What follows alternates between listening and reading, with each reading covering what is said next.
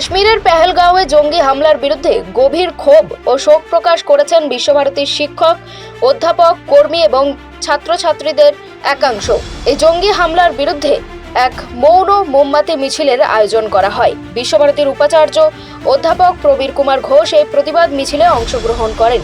বিশ্বভারতীর উপাসনা মন্দির প্রাঙ্গণ থেকে শুরু হয় এই মৌন মিছিল এবং কেন্দ্রীয় গ্রন্থাগার পর্যন্ত মোমবাতি হাতে নিয়ে এই মৌন মিছিল করা হয়। সকলের হাতে ছিল মোমবাতি, মুখে ছিল নীরব প্রতিবাদের দৃঢ় সংকল্প। বিশ্বভারতীর জনসংযোগ আধিকারিক অতিগি ঘোষ জানান, কাশ্মীরের এই বর্বরোচিত হামলার বিরুদ্ধে আমরা সবাই একজোট হয়ে প্রতিবাদ জানাচ্ছি। তীব্র নিন্দা এবং প্রতিবাদ জানাতে হবে আমাদের সকলকে। যে কোনো শুভবুদ্ধি সম্পন্ন মানুষই নিরীহ মানুষের হত্যার বিরুদ্ধে তীব্র প্রতিবাদ জানাবে, এটাই আমরা আশা রাখি সকলেই।